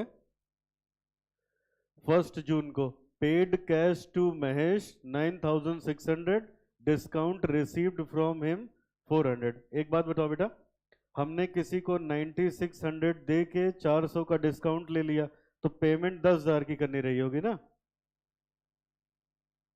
बताओ, 10,000 की पेमेंट करनी रही होगी ना, तभी तो 400 छुड़वा के 9600 में सेटल करवा लिया। ठीक है, तो अब आओ इसकी एंट्री बनाते हैं। अब देखिएगा ध्यान से, अब इसमें क्या है? पेड कैश, तो एक कैश है, एक महेश है और एक डिस्काउंट रिसीव्ड है।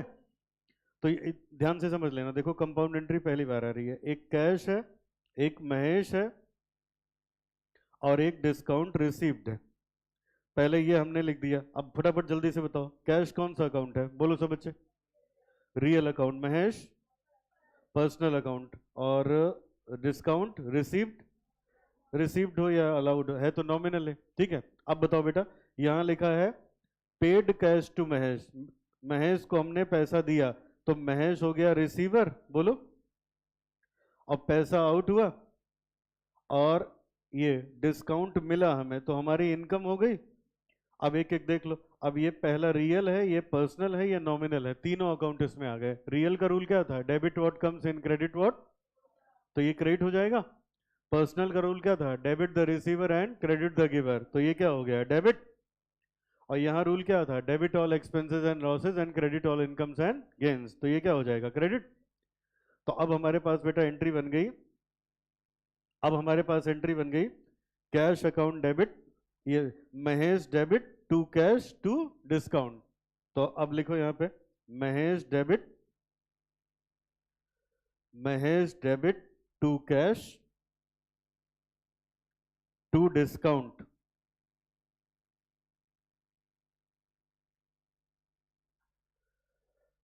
Mahesh debit to cash to discount, Mahesh आएगा 10,000 से, 9,600 की पेमेंट हुई है, 400 का डिस्काउंट मिला है, being cash paid to Mahesh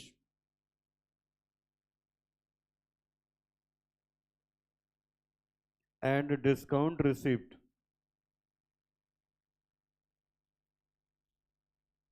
simple entry है या कंपाउंड? कैसे पता चला? एक से ज्यादा आइटम क्रेडिट हुआ है, तो इस वजह से हो गई कंपाउंड। एक से ज्यादा अकाउंट डेबिट हो, क्रेडिट हो, या डेबिट क्रेडिट दोनों हो, तो ये हो जाएगी कंपाउंड जर्नल एंट्री।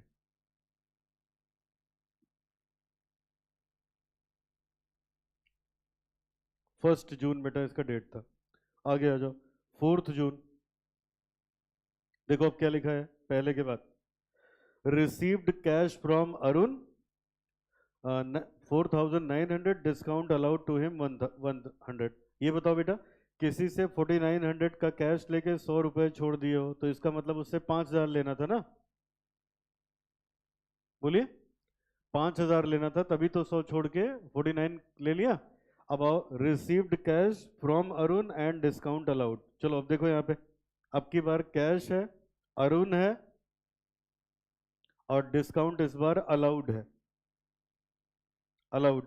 फटाफट देखो बेटा, अब ये तो चलो इतना पिछला वाला ही करेक्ट हो जाएगा कि कैश रियल अकाउंट है, अरुण पर्सनल अकाउंट है, डिस्काउंट नॉमिनल अकाउंट है। फटाफट बताओ, अब की बार पैसे मिले हैं या पेमेंट करी है? लिखा है रिसीव्ड कैश, मिले हैं, तो क्या हो गया? Debit what comes in, debit what comes इन, तो ये हो गया डेबिट। अच्छा, अरुण, अरुण से पैसे मिले हैं, तो अरुण हो गया गिवर, गिवर को हमेशा क्या करते हो? क्रेडिट। और डिस्काउंट बेटा हमने अलाउ किया, जब अलाउ किया तो एक्सपेंस हो गया, और एक्सपेंस को हम लोग क्या करते हैं? डेबिट करते हैं। तो क्या एंट्री बन गई जरा बताना, बोलो सब लोग। कैश अकाउंट डेबिट और discount allowed account debit to Arun, ये एंट्री बन गई। Cash account debit, discount allowed account debit to Arun, लिखिए।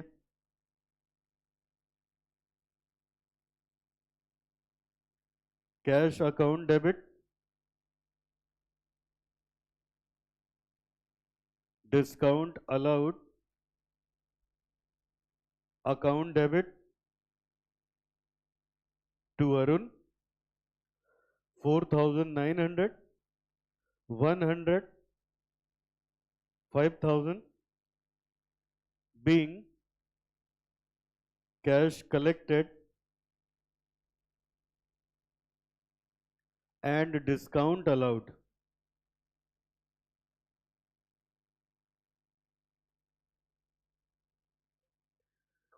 Being cash collected and discount allowed.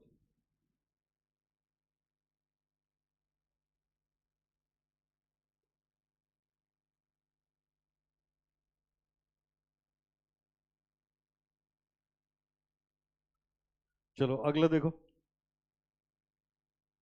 अगला है 10th of June को, अगली ट्रांजैक्शन 10th of June को अगली ट्रांजैक्शन है। देखो क्या लिखा है, गुड्स सोल्ड टू हरीश। बताओ बेटा कैश का है क्रेडिट का? क्रेडिट का। तो क्रेडिट सेल की एंट्री करी है कई बार, क्या एंट्री होगी? Harish debit to sales. लिख दो 10th of June को Harish debit to sales 30,000 being goods sold to Harish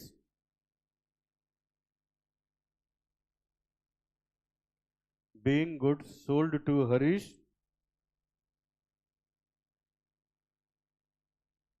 आगे देखो नेक्स्ट।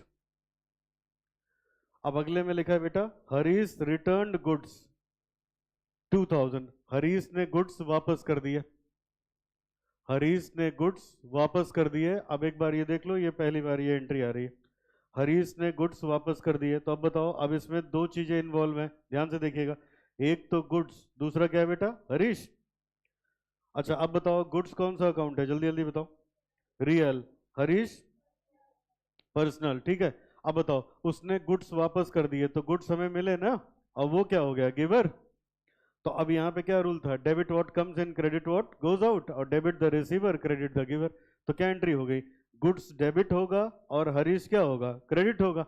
और मैंने आपको क्या पढ़ाया था बेटा, जब बेचा हुआ गुड्स वापस आ जाए तो गुड्स की जगह कौन सा अकाउंट लिखा जाता है? Sales return.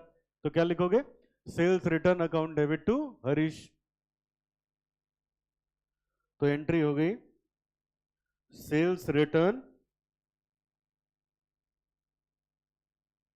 Account debit to Harish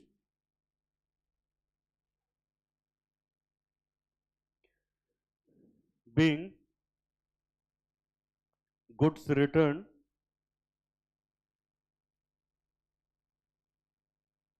by Harish।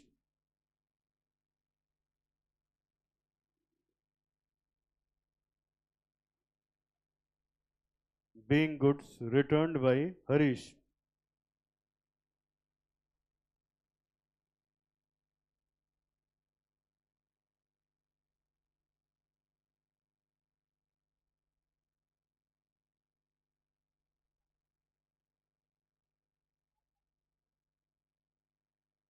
चलो नेक्स्ट। अच्छा एक बार जरा सब लोग स्क्रीन पे देखो फिर आगे बढ़े। यहां तक हम लोग कर चुके हैं, जरा बताओ हरीश को कितने का गुड्स बेचा था बेटा और कितना वापस कर दिया? तो उससे कितने पैसे लेने चाहिए? 28,000। और ये देखो अगली पॉइंट में लिखा है 27,500 में उसने पूरा सेटलमेंट कर लिया, तो इसका मतलब 500 का डिस्काउंट ले लिया। समझ आए? यहाँ लिखा है ना फुल सेटलमेंट, फुल सेटलमेंट का मतलब अब एक भी पैसा बाकी नहीं रह गया उसका, तो उससे तो 28,000 लेने चाहिए थे ना। अगर 27,500 में हो गया तो इसका मतलब क्या है? 500 का डिस्काउंट दे दिया। उसको लिखने का ये दूसरा तरीका है। अब पढ़ो ये लास्ट वाला क्या लिखा है, देखिए लिखा है received cash from Harish 27,500 in the full settlement of his account. कह रहे हैं उसका जितना पैसा बचा था उसका फुल सेटलमेंट हो गया 27,500 में, तो वही उसने कैश दिया होगा तो डिस्काउंट ले लिया होगा। ठीक है, तो अब बताओ इसकी क्या क्या एंट्री होगी, कौन कौन इसमें इन्वॉल्व है? एक तो हरीश, एक कैश और अगला डिस्काउंट। बोलो बेटा। कैश इन हुआ डेबिट कर लेंगे, डिस्काउंट अलाउ किया वो भी क्या हो जाएगा? डेबिट हो जाएगा, और हरीश क्रेडिट हो जाएगा। तो लिखिए cash account debit discount allowed account debit to Harish 27,500 मिला है, 500 हमने छोड़ दिया, तो इसका मतलब 30,000 मिलने थे। बीइंग हाँ बेटा 28, sorry 28,000 being cash received and discount allowed.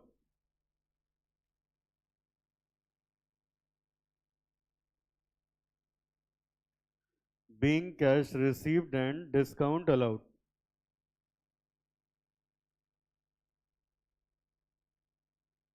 Being cash received and discount allowed.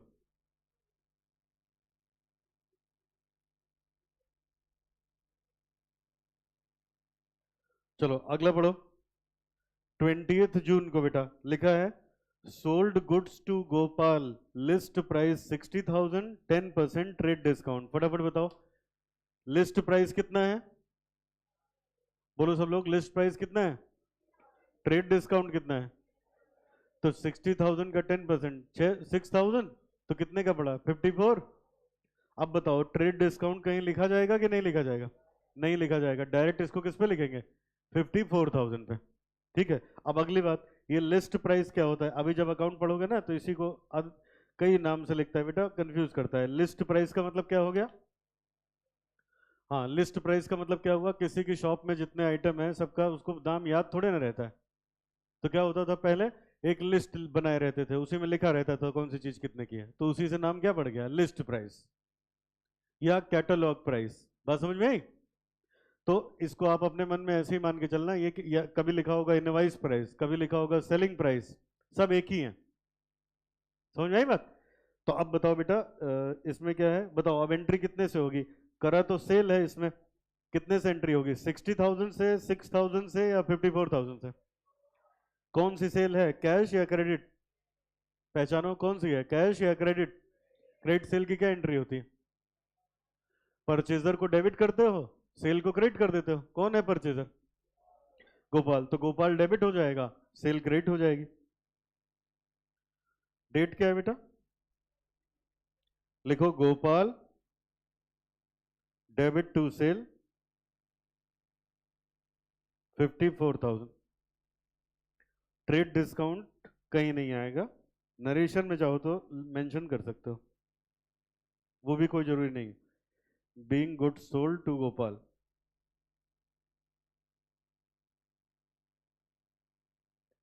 Being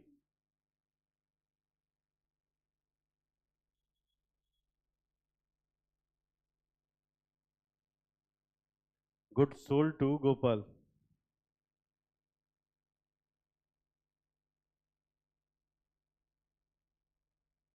चलो लास्ट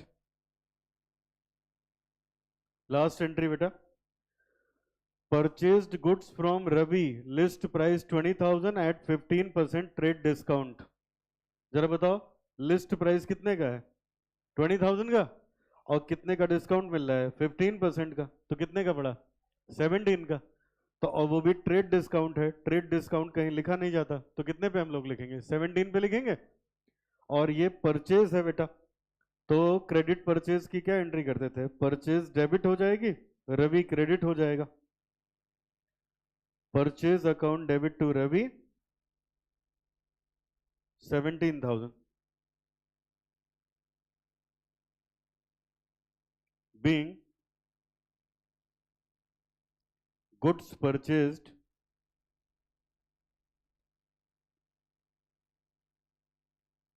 from Ravi,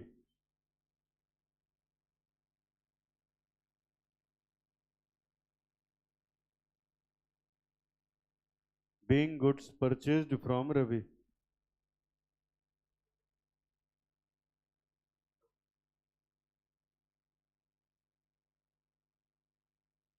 टोटल कर लो देखो कितना आता है,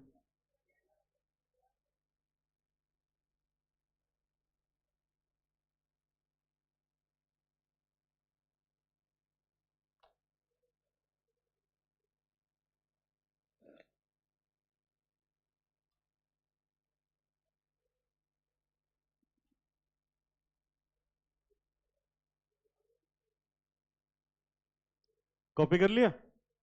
5 होमवर्क है, जरा 6 पे आ जाओ, क्वेश्चन नंबर 6 पे आइए सब बच्चे। क्वेश्चन नंबर 6,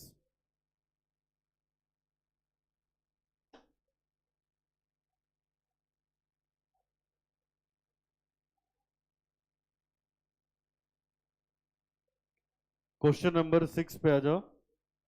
और ये 2 ही 3 एंट्री है बेटा इसमें,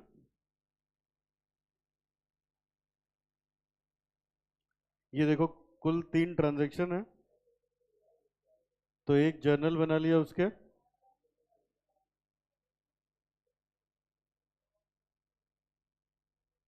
जर्नल बना लिया,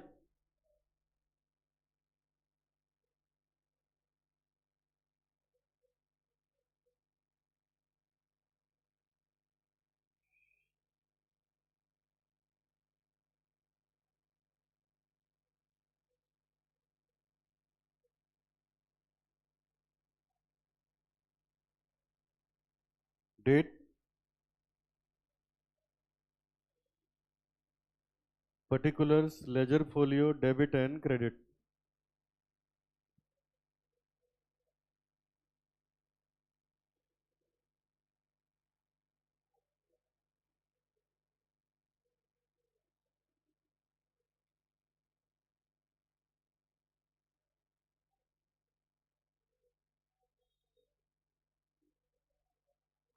चलो क्वेश्चन देखो क्या है,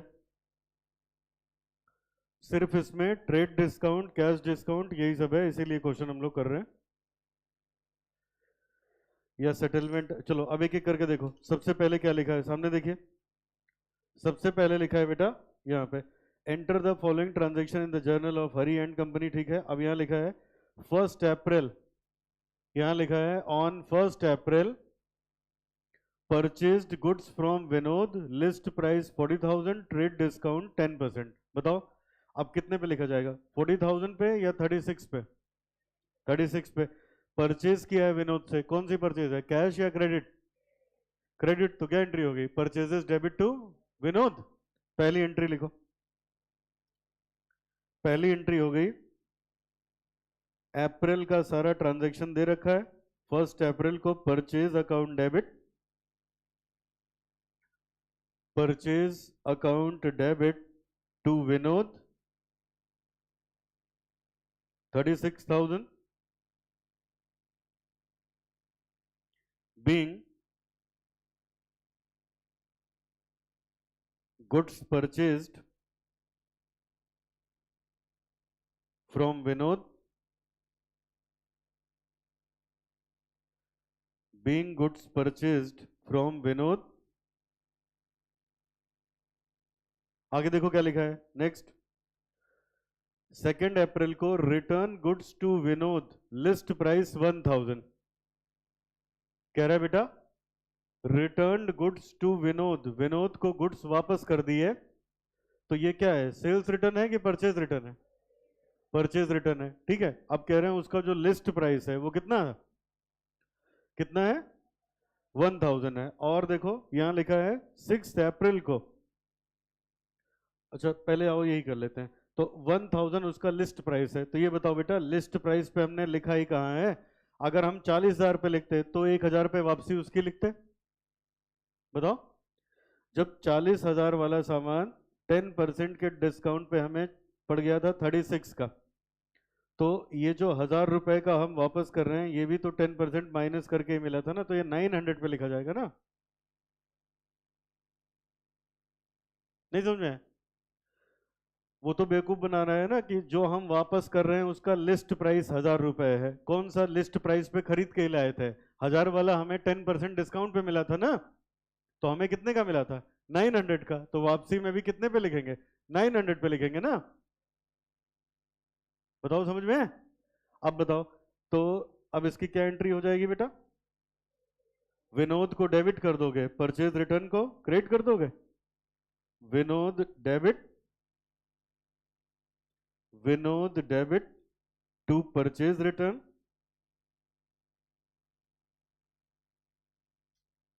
900 being goods returned to Vinod,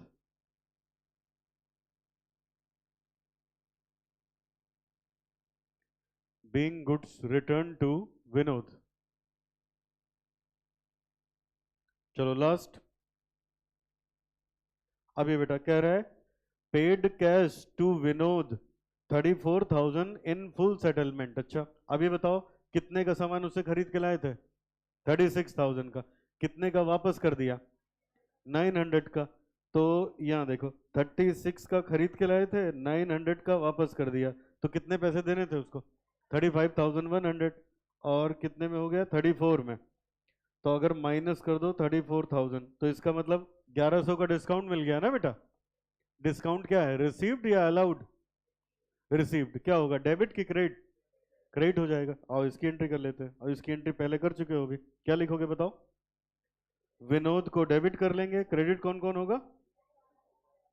to cash, to discount. Received 34,000 cash दिया है, 1100 का डिस्काउंट मिल गया, तो 35,100 का पेमेंट रहा होगा।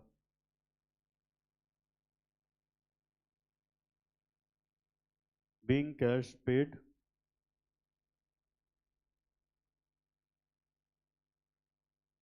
To Vinod. Being cash paid to Vinod.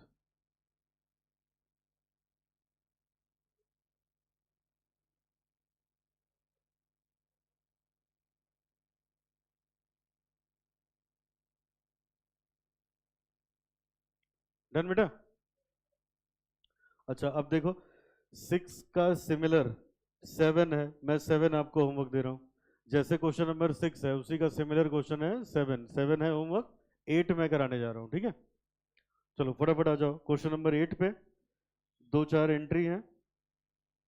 7 आपका होमवर्क है, 8 हम लोग करने जा रहे हैं। 4 एंट्री है गिन के। एक जर्नल बनाओ, शुरू किया जाए फटाफट। Question number 8। जितने होमवर्क हैं जरूर सॉल्व कर लेना इसको।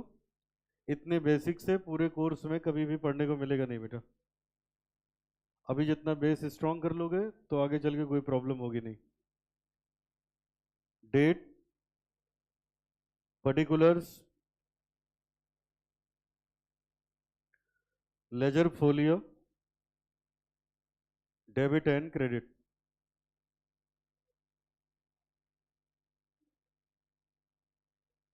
Date, particulars, ledger folio, debit and credit. चलो क्वेश्चन 8 पे आ जाइए, देखिए क्वेश्चन 8। यहां लिखा है pass journal entries for the following transactions. क्या क्या? पहला, bought goods from Mohan, list price 10,000 at 15% trade discount. बेटा 10,000 पे 15% का डिस्काउंट मिल गया, कितने में पड़ा? 8,500। क्या किया? परचेज की सेल? बॉट। तो अब क्या एंट्री करोगे? Purchase account debit to Mohan. बोलो बेटा, लिखिए purchase account debit to Mohan 8,500 being goods purchased from Mohan.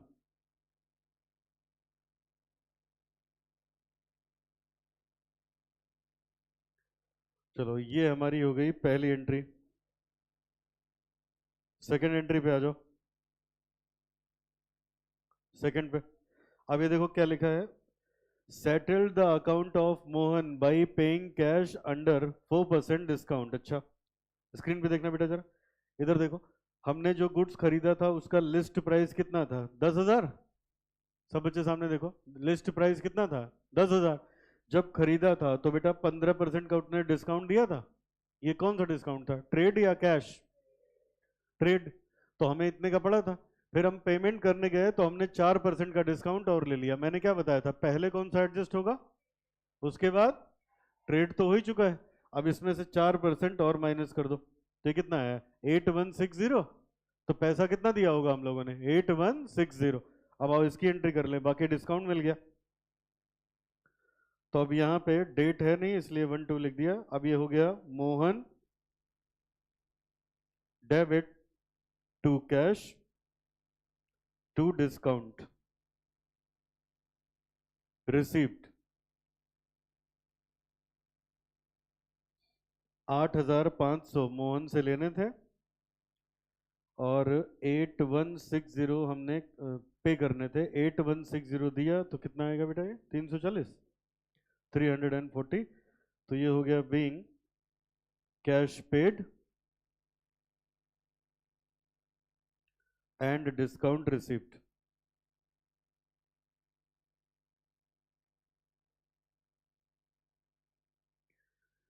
Being cash paid and discount receipt.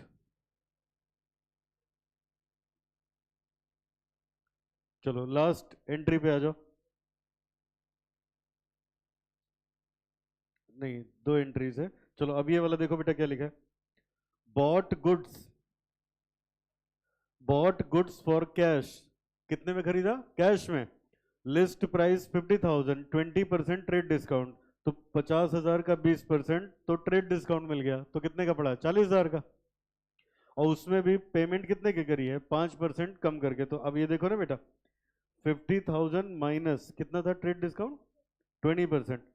तो यह 40,000 का था, और जब पेमेंट करी तो 5% और छुड़वा लिए, तो अब ये कितने का पड़ा? 38 का पड़ा ना। तो अब लिखेंगे, अच्छा अब ये बताओ ये कौन सी परचेज है? क्रेडिट परचेज है, कैश परचेज है? Cash purchase. कैश परचेज की क्या एंट्री करते हो? Purchase account debit to cash. लेकिन अब डिस्काउंट भी मिल गया तो डिस्काउंट क्रेडिट हो जाएगा। तो अब लिखो यहां पे परचेज अकाउंट डेबिट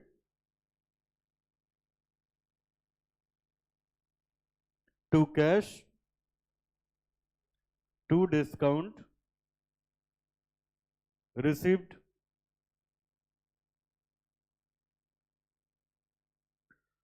40,000 और कितना आया था? 38, तो 2,000 ये हो गया। 40,000 कैसे आया? 50,000 माइनस 20%, और ये आया 40,000 माइनस 5%। बीइंग गुड्स परचेज्ड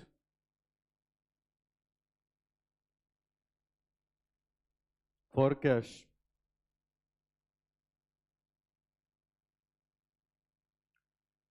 तो कैश में गुड्स खरीदा, ये एंट्री हो गई।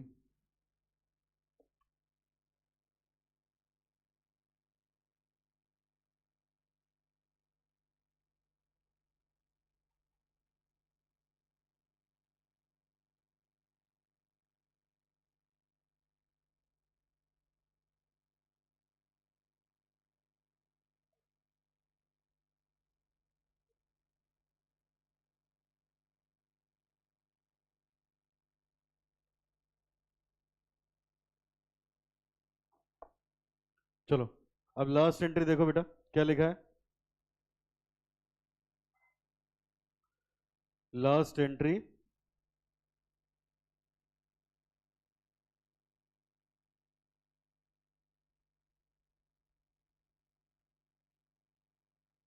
अब यहां लिखा है sold goods for cash, list price 20,000, trade discount 10%, 3% cash discount. जरा बताओ बेटा लिस्ट प्राइस कितने का है? 20,000 का है। ट्रेड डिस्काउंट कितना दिया? 10%। तो यहां से माइनस कर दिया 10%, और कैश डिस्काउंट कितना दिया? 3%, माइनस 3%, तो ये आया 17,460 की पेमेंट करी होगी। 1760 मिला होगा, सेल किया है ना। तो अब इसकी एंट्री हो गई cash account debit discount allowed account debit to sales. 18,000 की सेल, 17,460, 540 being goods sold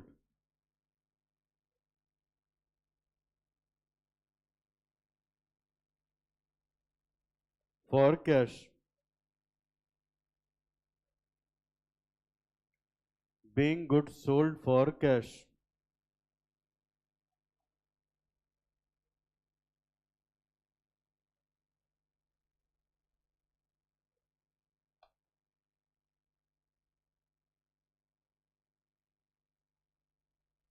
हो गया? चलो अब आज यहीं तक कर पाएंगे बेटा, बाकी नेक्स्ट क्लास में।